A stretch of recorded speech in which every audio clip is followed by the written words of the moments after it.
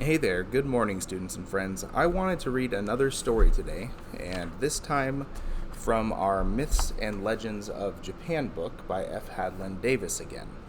Not going in order, I'm skipping ahead a little bit from the last story, because I think that's just a fun way, the shotgun approach to mythology, where unless something is directly related to the story that came before, it's fun to just, when you're experiencing something brand new, to just pull your arms out and grab as much of it as you can and bring it all in at once, and then digest it and then put it in order. It's how I like to do it, at least. So today we're going to be reading from chapter 11, and this story is called Yuki-Onna, the Lady of the Snow.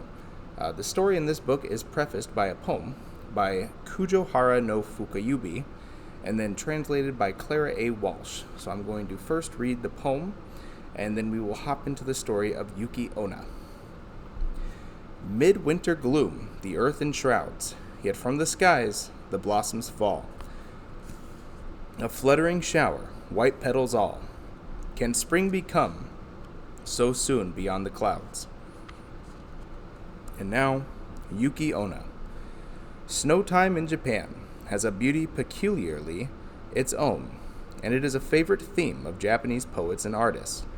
Both, for the most part, treated artistically, as well they may do, seeing that in Nippon the white flakes fall upon the ornate roofs of Buddhist temples, upon the fairy-like bridges resembling those we have seen on willow-patterned plates, and upon the exquisitely shaped stone lanterns that adorn so many Japanese gardens. The ideal snow scene is to be found in Japan, and because it is so particularly beautiful, it is surprising to find that Yuki-Onna, the Lady of the Snow, is very far from being a benevolent and attractive spirit. All the artistry and poetry of snow vanish in her malignant presence, for she represents death, with attributes not unlike that of a vampire. But Japan is full of sharp and surprising contrasts, and the delicate and beautiful jostle with the ugly and horrible. There is no promise of spring in the long white form of Yuki-Onna, for her mouth is the mouth of death, and her ice-cold lips draw forth the lifeblood of her unfortunate victims. The Snow Bride. Mosaku and his apprentice, Minokichi, journeyed to a forest some little distance from their village. It was a bitterly cold night when they neared their destination, and saw in front of them a cold sweep of water. They desired to cross this river, but the ferryman had gone away, leaving his boat on the other side of the water, and as the weather was too inclement to admit of swimming across the river, they were glad to take shelter in the ferryman's little hut. Mosaku fell asleep almost immediately as he entered this humble but welcome shelter. Minokichi, however, lay awake for a long time, listening to the cry of the wind and the hiss of the snow as it was blown against the door. Minokichi at last fell asleep, to be soon awakened by a shower of snow falling across his face. He found that the door had been blown open, and that standing in the room was a fair woman in dazzlingly white garments. For a moment she stood thus. Then she entered, and bent over Mosaku, her breath coming forth like white smoke.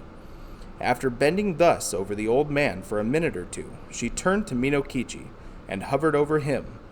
He tried to cry out, for the breath of this woman was like a freezing blast of wind.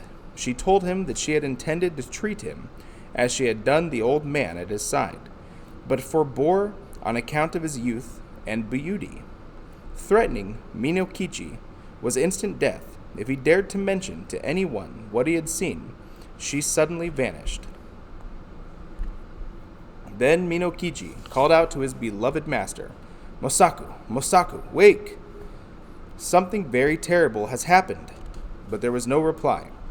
He touched the hand of his master in the dark, and found it was like a piece of ice.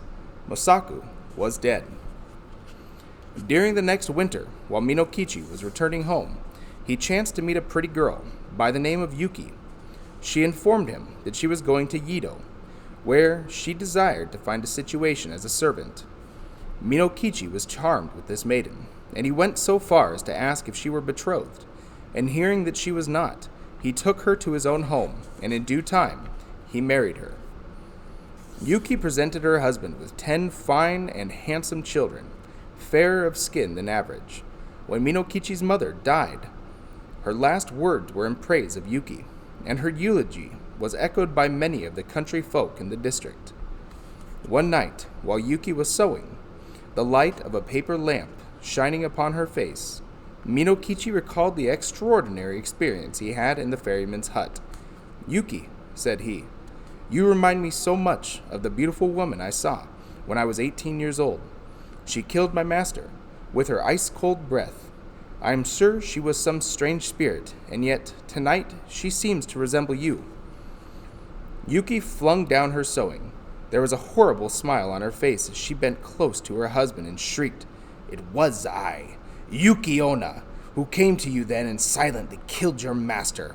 Oh, faithless wretch, you have broken your promise to keep the matter secret, and if it were not for our sleeping children, I would kill you now. Remember, if they have aught to complain of at your hands, I shall hear, I shall know, and on a night when the snow falls, I will kill you." Then Yuki-Onna, the Lady of the Snow, changed into a white mist, and shrieking and shuddering, passed through the smoke hole, never to return again.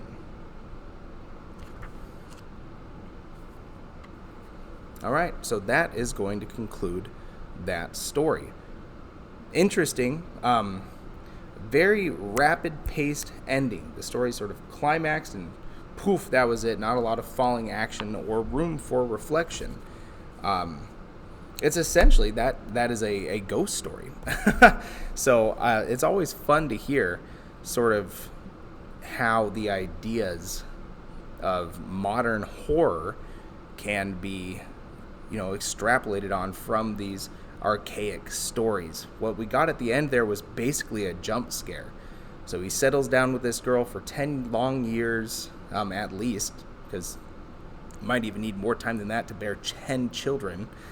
And we know there's some suspense in the background because we know this whole time that he is not supposed to tell anybody about his encounter with the Yuki-Onna, who's essentially a Japanese vampire.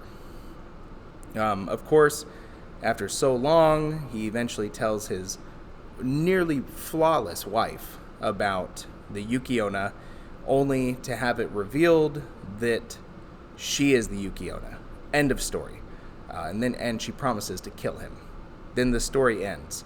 So, cliffhanger, suspenseful ending, essentially a jump scare. That's awesome. That's basically just a Japanese horror story. So,